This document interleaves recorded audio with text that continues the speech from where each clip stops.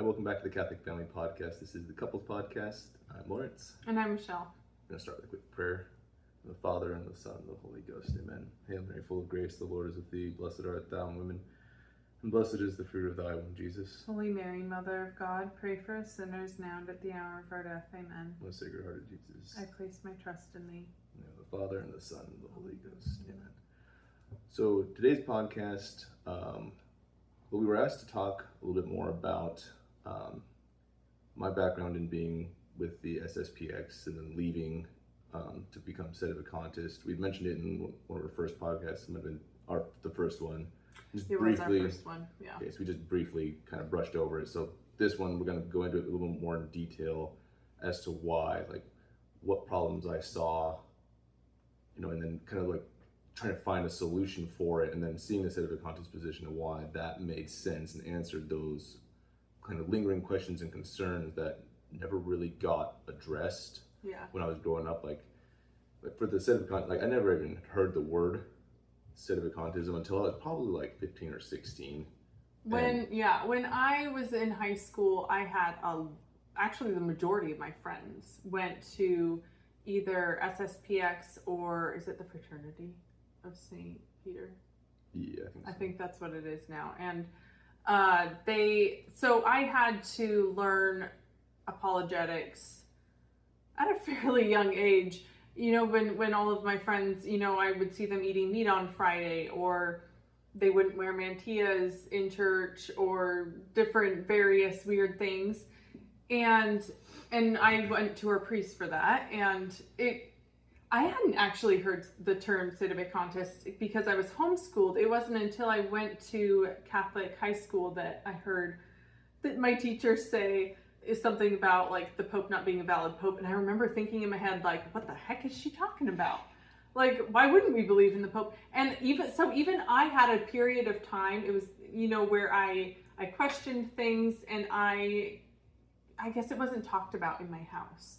Yeah. So, and I think I mentioned in the same podcast where I said that Lawrence used to go and attend the SSPX, that I wasn't out to convert him. I did not have, although, I was very strong in my faith, and I would not have wanted to, I just feel really insecure in converting someone, and I have a lot of converts in my family, and they're beautiful people, they're amazing Catholics, but for me, I'm just, as an insecure person that I am, I would want to know my spouse was converting for God and not me. Yeah, like that they wanted it rather than it being like a prerequisite where it's almost like a forced conversion. Because there's plenty of times where you hear that where it's like, we've heard people admit that like they only became Catholics so that they could marry their spouse, and it's like, and I didn't want that, and it made me like knowing those people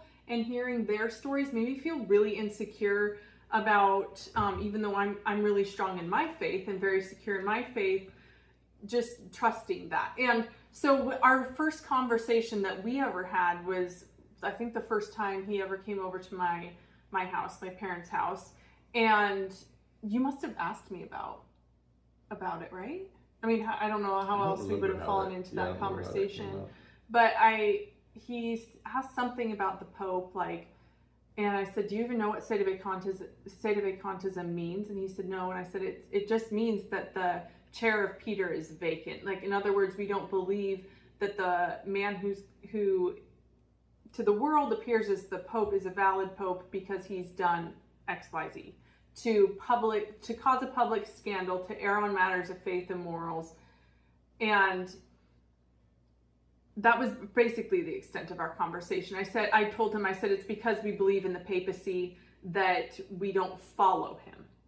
And that made a lot of sense to him, and it also made him curious. And that's when Lawrence went on his journey to do his own research. Like I said, I hadn't heard the term until like we were at a friend's house, and like two of my friends were getting in an argument, and go over there, figure out what's going on, and one's like, oh, so and so is Sedevacantist, and I had no clue what that was. And basically they said, oh, they just don't believe in the papacy.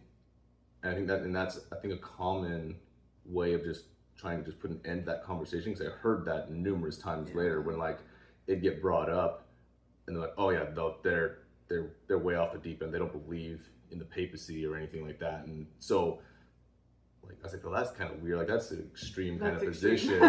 And, you know, and I wasn't very close to the person that was trying to defend that position, so I wasn't really paying attention to any of the arguments. I don't even remember what they were anymore, but it still put that name out there. But, you know, for several more years, whenever I heard of it, it was like, oh yeah, they're extremists that don't believe in the papacy or anything like that.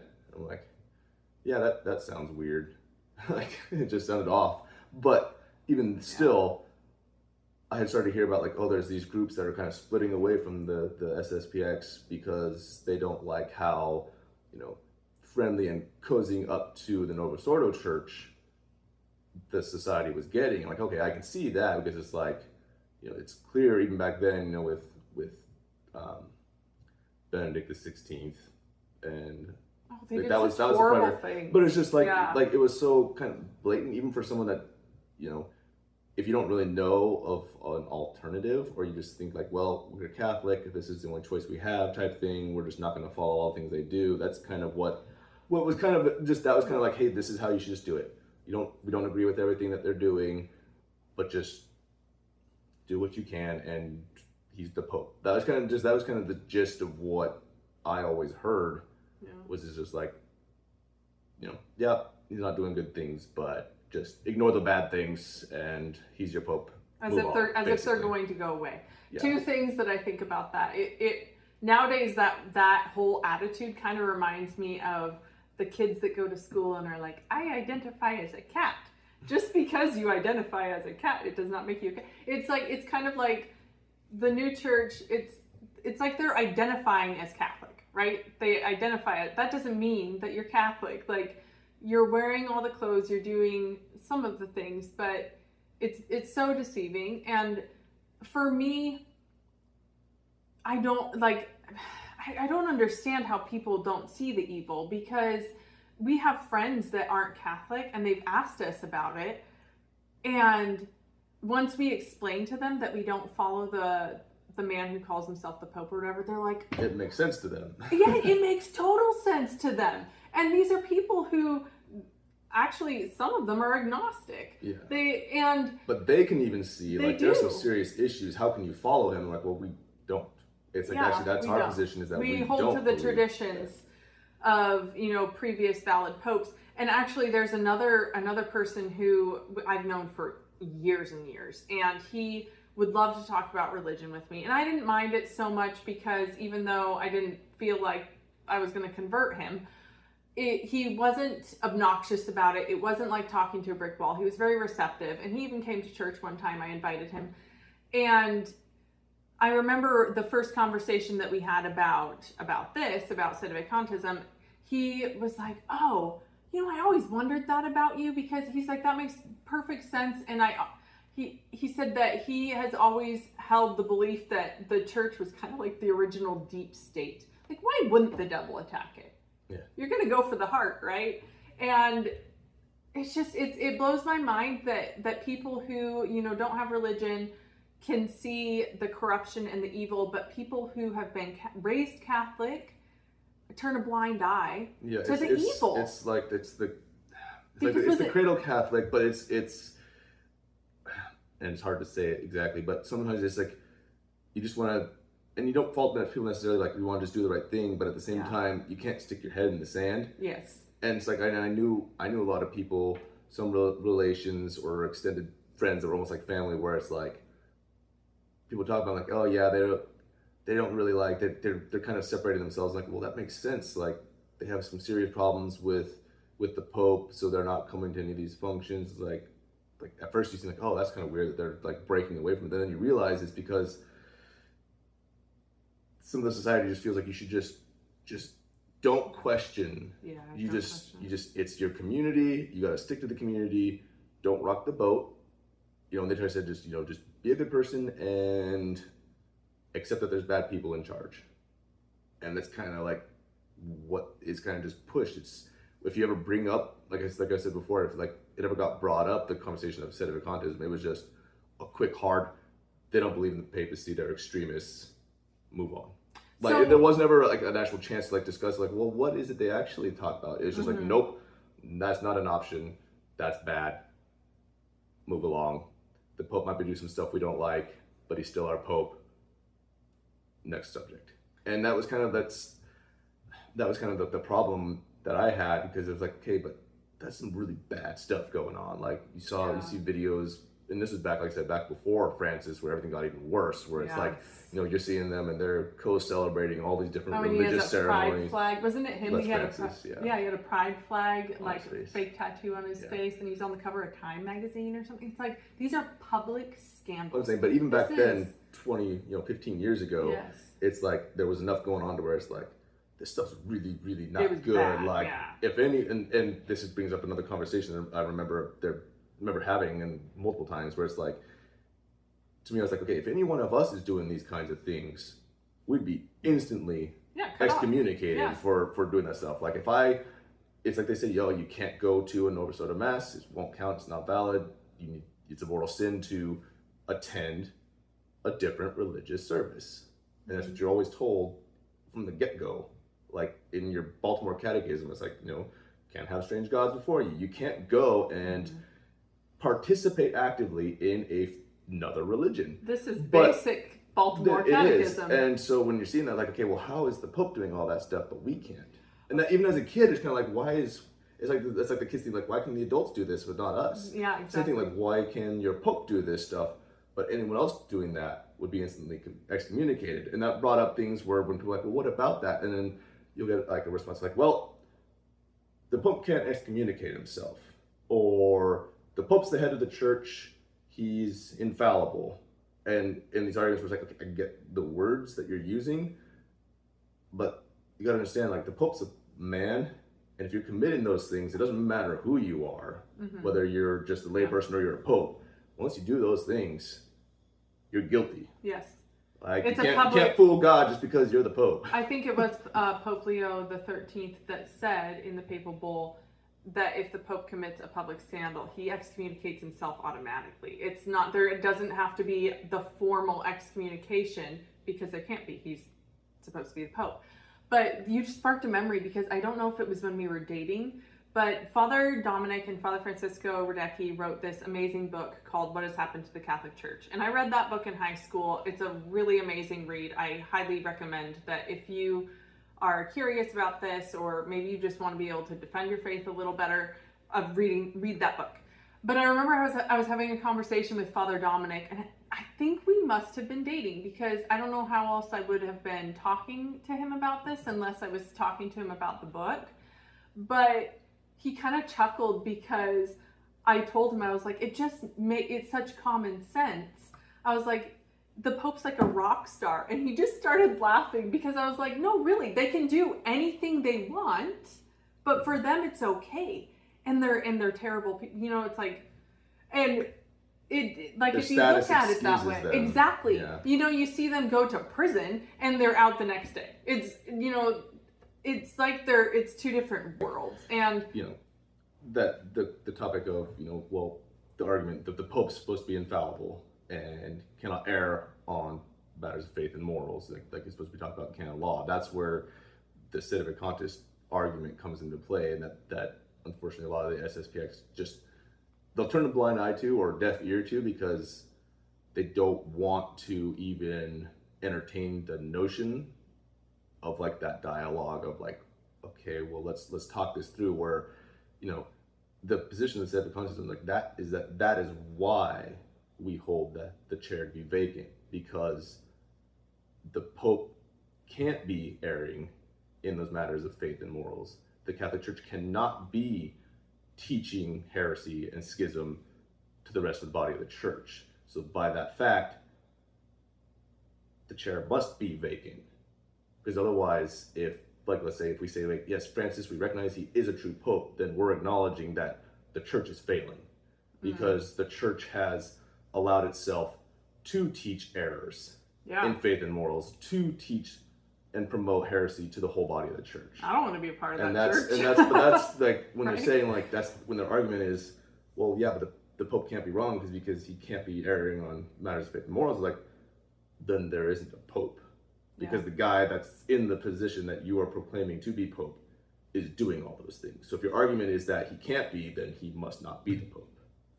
Like, but then that's where she's talking about like the brick wall thing. Then it's like, nope.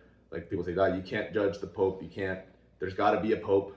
And it's like history repeats itself. Yeah. There's been whatever it is, 13 anti-popes. But I mean, I think it's Pope Paul IV, and this is like almost 500 years ago, where he's talking about all the problems that he's seeing.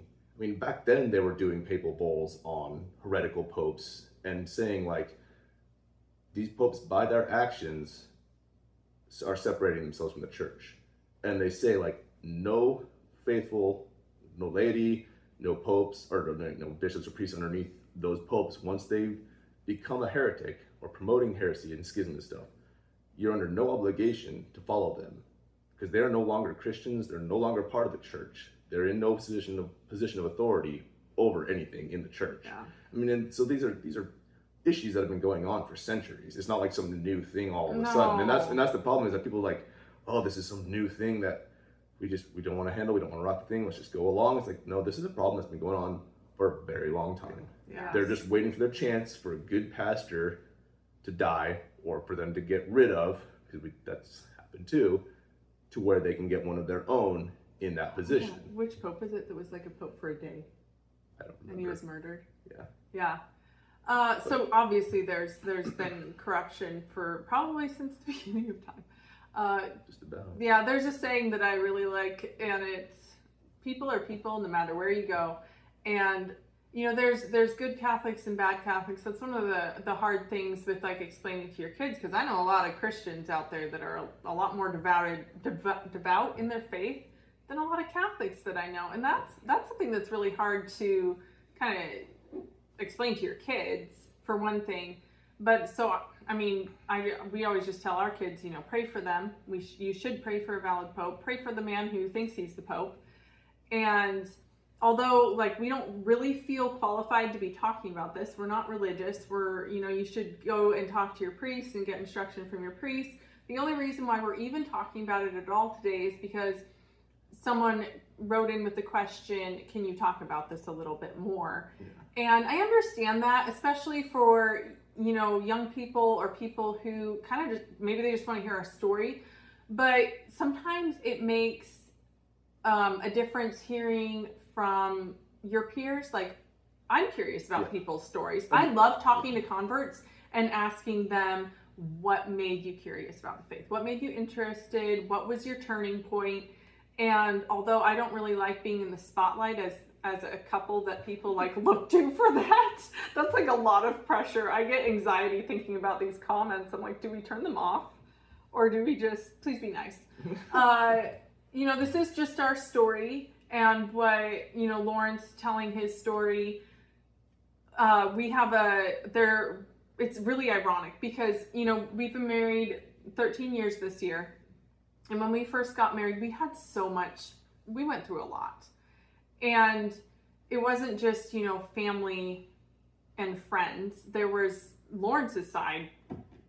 I mean, his family came to our wedding, but 90% of your friends did not, maybe more. I mean, it was really disappointing. And I remember after we first got married, Lawrence was working and I wasn't working that day, and his friends had like an open house, and he's like, you should go, or housewarming, sorry. Yeah. He's like, you should go, we like, meet other couples, and they are, I don't know, we're like Catholic. I want to say that because SSPX, they were like SSPX. They're validly baptized. I do want to call them Catholics when they're validly baptized. Anyway, I go there, and his friends are really nice. And then I ran into someone that I knew from when I was younger, and not so nice. And they really just wanted to argue with me because they knew that I was Sede Vacantist and Lawrence was coming to my church and our church. And it was the most painful argument. I really don't like talking religion with people like that, like people who just want to pick a fight. Yeah, they're not in it to learn. No, but and they're not in it for anything other than to just it's an ego stroke. Take you off. I don't know. And like hindsight, I kind of wish I would have walked away, but at the same time, like I'm really headstrong, and when I just didn't walk away. Well, and when you back away from something, when like I that, did not want to give him the gratification. it's of just it, they but feel it like was, they get the upper hand and that they're right. Yeah. And that's part of and that's the unfortunate thing when it comes to arguments like that. But all the stuff that they were saying, like it was like anytime he would say something and I would refute it, which it was very easy to refute. It was really kind of stupid stuff that he was throwing at me argument wise. His default was always, well, you can't judge the Pope. Well, you can't judge. It was like, do you not know anything else? Like, is that the only thing that you like? It was the default for everything. And I'm like, this is not an argument. I'm not judging the Pope. It's a public scandal. He has scandal. It's for the whole world to see. And, you know, it doesn't, I'm not judging his soul, but his actions as the leader of the church should align with church teaching. This is the most important thing. It's very basic. Like we said, it's Baltimore Catechism level. And I mean, I don't really understand why people don't get it. I think that for a lot of people, it seems, just from what I've observed, it seems to be an excuse. Like maybe there's something they don't want to give up, or their friends. Like they cannot separate themselves from their friends. And I think I was really lucky being really headstrong like that, because I did have a lot of friends. Like I mentioned, the majority of my friends actually did go to SSPX or the fraternity, and I was not shaken by that. And they were really good people, and we were able to just like get along. We didn't talk religion. I would not eat meat when they ate meat. I remember that was probably the most feisty conversation I had with my actual friends, not people that I had to have conversations with and didn't like. But it was, you know, they're like, oh, I'll do a penance tomorrow. I'm like, yeah, where you just subjugate it to your own will. Like I'll do something different. Yeah, like, that really bothered me. That really bothers me. And what's funny with what kind of said or tagging onto that, like there are people where I'll see at work, and like there'll be a work thing, and someone will bring in some sort of meat or something, and I'm like, oh no, I don't eat meat on Fridays. And these are people that aren't Catholic, and they're not really Christian. Like they'll go to some random church once in a while to feel good, but it's not a priority. They know what it's for. Mm-hmm. They're like, oh yeah, I remember you're Catholic, right? Like they know what that, like these are, again, it's not people that are Catholic that recognize this. Like, oh yeah, you're Catholic, clearly. Like that's the thing. Like they see a scapular, like if you're doing something, your scapular comes out, they're like, oh, that's a scapular. It's like, yeah. Like, oh, so you're Catholic. Like, yeah. It's like, but that's what it is. It's people that aren't recognize that, and a lot of times they'll appreciate that. I mean, I had the other day someone like offered like, beef jerky at work, and it was on a Friday because someone had made it at home, and then they're like, oh yeah, no, Lawrence, he doesn't eat meat. It's like, I don't even know when the last time was I even had brought it up. It had been like a year. I'm like, wow, I'm so impressed you remembered that. Like, oh yeah, like it's a unique thing, but they notice it. There's a reason it's called Fish Friday, right? Yeah. No, and I like that. I like when people respect your religion and your position. But my point was that it's not a Catholic. It's Christians value, or non-religious people that are valued. They respect it. Yeah, they seem to have more respect for it than a lot of the Catholics do, which is weird. You know what annoys me so badly about Catholics that eat meat on Friday? It's like there's so many other things to eat. People like sushi, they like Mexican food, and it's like bean burritos. It's like there's so many things that you could eat. It's one day. Just one day. A lot of times it's just really one meal out of that one day. Like you love pizza, have plain cheese pizza. Like it's not a big deal, and it's like, why are you making excuses? That just bothers me. And that the excuses kind of is a good segue back into what we're talking about with society stuff, and trying to figure out the weirdness of like, what are the arguments they're trying to make as opposing us with the Sede Vacantism, like, a conversation that I had when someone asked me like why, and they were, luckily at least this time, they were wanting to have a discussion / debate about why. They didn't just shut it down right off the bat, but it's like, talk about the Pope's infallible and you can't be error in matters of faith and morals, so you need to obey him. And I asked them, it's like, okay, so do you adhere to all the things that he's promoting and says that you should support? Because it's like that's what you're saying with. So it's like with this now, especially with Francis doing like the same-sex marriages and condoning all. I mean, the religious community has been from the get-go with Vatican II, but it's like, do you support all those things because he does, Yeah. and he says it's good? Like, well, no, we don't have to follow that. I'm like, okay, so you're just picking and choosing very specific things that he says you should do. You take it upon yourselves as the authority to decide what to follow and what not to. And then they don't really have a response to that. Because they acknowledge that those things are wrong, but they feel they have the right to choose what to obey and what not to obey. And that was one of the big things that really got to me, was just like, how are we just picking and choosing what we follow and what we don't? I mean, where's the authority and the power of the Pope if you can choose, well, I'm not going to follow that. Like, that sounds good, that's convenient for me, I'll follow that.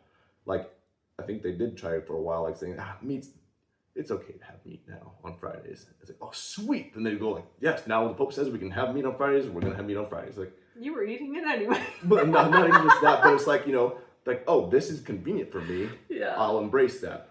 Oh, same sex, it's a little squirmy.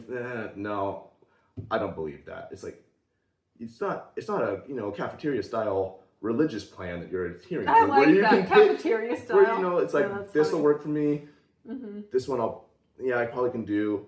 That's not going to work. And it's just like, what kind of a religion is that if you're going to feel justified in just picking and choosing what you believe? Yeah. I mean, and that's what people try to say to reverse on the Sede Vacante. Like, well, how can you pick and choose who you're following? It's like, it's not the case. We're saying if the person's a heretic, the church can't have that person as the head, because therefore the church is heretical. Well, it's like, you can't, that's just not how it works. Well, and we're the ones following the previous popes. The Catholic Church. Yes, the Catholic Church. They're not following the Catholic. They're doing the exact opposite. They're doing what they say we're doing, which makes no sense at all, right? Do you want to read this quote you wrote? Yeah, well, so with Archbishop Lefebvre, as everyone knows, he was suspended in the 70s for not wanting to follow the Vatican II. Same with Archbishop Took, who founded with the Sede Vacantis. But I'll read the quote in a second. But this is another one of those ironic things that really got to me was, so he was suspended in the 70s and then expelled for failing to cease all of his actions, trying to keep the church alive. So from whatever date that was, I don't remember exactly, like 78 until... Refer to the priest. Please, refer to the priest. Until, again, like, I'm not an authority on this, but for the 35 years, whatever it was, that the SSPX was expelled from the church, when that was, lifted, because the SSPX was, trying to get in the good graces with Rome all over again, so many people were so excited, like, oh, the excommunication's been lifted. Like, they were so happy about it. And then it's like, it's confusing to me. It's like, wait a minute. Did you accept the expulsion for these last 30 plus years? Because if you did, then you were willingly attending Mass, receiving sacraments through an expelled, excommunicated bishop and his succeeding priests and bishops that he did. Like, if you would actually accept the fact that it wasn't a valid expulsion, you willingly were living sinfully, attending illicit Mass, receiving... Well, is that living sinfully? But I'm saying, knowingly going to Mass from priests that were ordained through an excommunicated bishop. But they were in denial. Yes, at least all the people that we talked to, they're like, oh, no. My point is... Yeah, I know, I understand your point. If you're embracing the lifting of it, that means that you acknowledge that it was valid. Yes. The excommunication. Yes.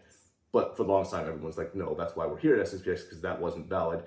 Archbishop Lefebvre did the right things by breaking away to save the church. It's like, you can't have if that's the case, which made sense when I was there. It's like, this is to save the church. You had to break away. You can't then go and say, oh, this is the greatest thing that the excommunications were lifted. It's like, if it wasn't valid in the first place, why are you embracing that it's been lifted? Yeah. This is giving me so much anxiety. I already see people's comments. But I'm just pointing out the things. I know. That's the reality. But I mean, like, so the quote she wanted me to read. Sleep tonight? Read this quote. It was an address. I'm just going to kind of skim through parts of it, but he wrote it after his suspension, but before he was fully excommunicated. And he straight up said that the conciliary church is a schismatic church because it breaks with the Catholic Church that has always been. This new church has its new dogmas, its new priesthood, new institutions and worship, which have all been condemned by the Catholic Church in many documents from the past. It's schismatic because it is taken as a basis for its updating principles that are opposed to those of the Catholic Church, such as the new concept of the Mass and giving people the power that is reserved for the priests. This concept of the Mass, this right to religious freedom, which obviously the religious ecumenism was one of the biggest things that Vatican II encouraged. Yeah. It's blasphemous, for it attributes to God purposes that destroy his majesty, his glory, and his kingship. This right they have implies freedom of conscience, freedom of thought, and other Masonic freedoms. The church that can affirm such errors is at once schismatic and heretical. This conciliar church is therefore not Catholic. And to whatever extent popes, bishops, priests, or faithful adhere to the new church, they separate themselves from the Catholic Church. So this is the founder of the SSPX saying this. Fully saying, like, yeah, everything about this new church is wrong. It's schismatic, it's heretical, and everyone being a part of it is too. I would really like to, wouldn't you just like to have them read this and then try and explain why they are still in trying to be in union with the longest Rome? time, I want to hear them explain this. And I remember asking that too, like, why? It's like they wanted to be separate, but they didn't want to completely cut all ties, and that was doesn't make sense. That was that weird the back and forth for the longest time, which led to their being all happy that the excommunication got lifted, because it's like they maintained ties. What are you trying to hold on to? They were trying to appease to certain degrees the Nova Soto Church to welcome them back in and lift the excommunication, which again it leads all sorts of confusing contradictions and what was your stance beforehand, and even with the SSPX, when they were trying to get into the good graces of Rome, they had split off groups. I mean, there was one, it's not called this anymore, but it was called like the SSPX Strict Observance, where it's like priests that were like, why are we making all these steps to try to get along with the Vatican? Like, we all know that what they've done is wrong, that they're completely leading the church astray. And they couldn't see why the SSPX was trying to do so much to get back in their good graces. Like, why are we making this much of an effort? I mean, they're not changing. Like, the new church isn't going to change their opinion on anything. They want the society to change their opinions on things. And if they did, they'd kind of welcome them back. So, I mean, you even had splits off of that because they were like, why are we doing this? Yeah.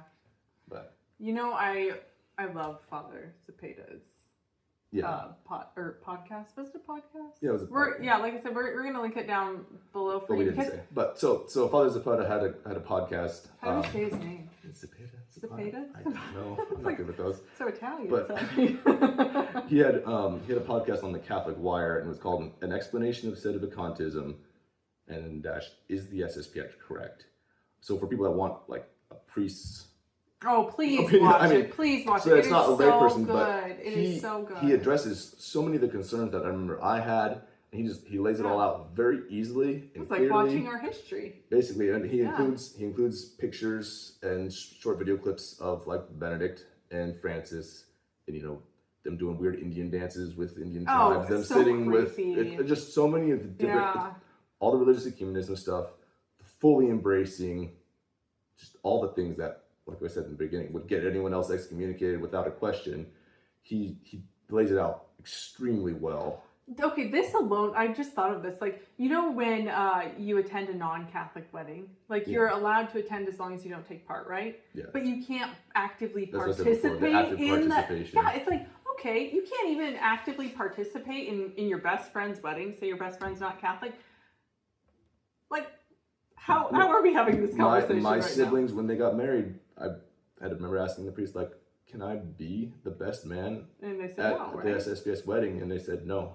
Yeah, because you don't know if the you can be in the wedding party, but the primary witness, you can't be the best man for that. Yeah. And it's like, that's SSPX stuff. I mean, that's not even like I'm not going to a Mormon blown, wedding or something like that being, it's like, this is, it's just.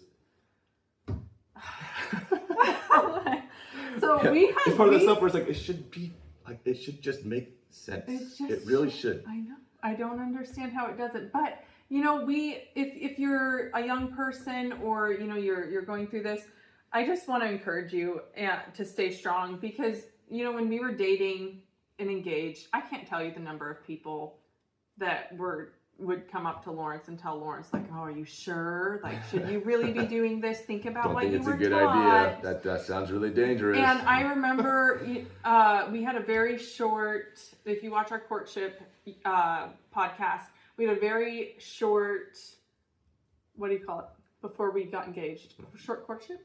Yeah, Long that was what we were using. So we had such a short courtship, but when he proposed, it was so unromantic. I mean, I love you to pieces, and you're perfect. Anyway, but I honestly thought he was breaking up with me because of this. We were having a conversation about religion. This, weren't we? Yeah. And it was probably our second conversation. And so because we never talked about it, and we hadn't been, dating that long, I thought he was breaking up with me about this because I knew I was trying to make this big old spiel about how the fact that I had, my questions were being answered, and the answer was the Sede Vacante position. But it so didn't sound like that's what you were saying.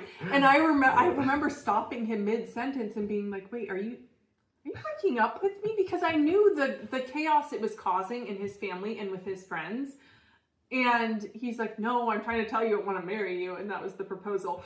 But, I mentioned earlier, his friends the majority of them did not come to our wedding. I got letters for why they wouldn't come and how I was shame on you, Lawrence. I know that I turned my back on everybody. It's like for being, trying to be a better person. Yeah. Well, that's another facet about the SSPX that I come to realize where like so much of it isn't loyalty to your faith, it's loyalty to that community. Yeah. And that's a big problem where they're like, how can you turn your back on your family? It's like, it's not about your family. It's not about all your friends at church. Yeah. Like your priority is supposed to be on your soul and your faith, not who you're going to church with. I mean, that's a secular thing. It's like, oh yeah, I'm not going to this church anymore. I'm going to this one. I don't like the band at that one. I'm going to this one. It didn't feel right. Yeah. I didn't connect with my friend. I'm not here because of my family. Yeah. Like that's not why you should be going. It's like, oh well, the last 5 generations of our family have gone here. How can you possibly go against that? It's like family ties is not what my soul's about. Yeah. Like, and then that's that. I feel like I said earlier. I had distant relations where it's like I could tell they're clearly on the Sedevacantist mindset. Like they're very like they're Sedevacantist, not in name. Yeah, but it's like, and the reason that they're not actively going is because of their family ties. They don't want to take that final step to separate themselves from their family and the church that they've gone to their whole lives because it's that important to them. But it's like, you believe all the same things. I mean, if it's ever asked, they won't ever condemn the Sedevacantist position because that's the position they hold. They just are afraid to break those ties. And it's unfortunate that people are so dependent on that community feeling, like the safety in numbers and safety in what they're familiar with. And I get it. It's hard to break that. I mean, I basically started over. I mean, detached from all the friends that I'd grown up with. I mean, heck, detached from family where it's like, this is what I need to do. I mean, we still have good relationships. Yeah, but I don't want to point that out. We still have good relationships. Your youth relationships that you form with friends in school and things like that, where it's like all of a sudden you're the one that's splitting off. A lot of people shun you for that. Yeah. And that, unfortunately, I feel is a big deterrent for people, where it's like they clearly know in their minds what is right. Yeah. They just can't bring themselves to do it because they're afraid of. This reminds me of the question we were asked this morning. We were also asked the question, like, or the statement was made that I wish you would come to our church, and I come back to our church. It's like, this is, it's like, here's the thing. If only you knew we were doing a podcast about that. I know. I'm like, oh, you sweet person. You have to, like I said, we keep good relationships because that's important to us, but we don't have those conversations with those people anymore, and that's why we have a good relationship, because you don't beat a dead horse. You're not going to, one of the most valuable lessons that I learned in speech class in high school was you're not going to convince your audience of something they don't want to be convinced of. Someone attends a convention, it's really easy to convince them because that's why they're there. They want to hear you say those things. But when you're in an argument with someone who is just being saucy and they want you to agree with them, and you can usually tell at the start. There's like, no you can point tell in having genuine those conversations. interest. When someone asks you something out of a genuine interest, it's pretty clear, and they'll listen to you, and you can explain your points and why, and then you have to be ready to let them explain their position and why. But when people come and they're out like, how do you believe this? Like, you can tell those people that are confrontational, you're not going to be winning them over. They just want you to be part of their They want you community. to slip up so that they can try to show that you are wrong. It's like that brick wall. It's like, it doesn't matter how good your arguments are. If anything else, they'll just stall and just say, you're bad, you're wrong because you don't believe the Pope. It's like, that's not an argument. Or you can't judge him. That's you can't just judge the Pope. yeah, you can't judge. It's like, that's just a closing statement to just try to end the conversation because you have nowhere else to move to. It's like, so you gotta pick those conversations, because some of them you're never ever gonna win, and then the ones that you have a chance at, explain to them why. I mean, a lot of this stuff just makes sense. Yes. Like I said, they had other quotes here, like even in the canon law, where it's, by their actions, without any declaration, it's canon, what is it here? Canon 188.4. All offices shall be vacant ipso facto, that means without any declaration required, by the tacit resignation if by a public defection from the Catholic faith, i.e. acts of heresy, acts of schism, public displays that are just, He's a weak. We should go. I don't know if this helped or not. Keep your questions coming, but keep in mind, we're not priests. We are not religious.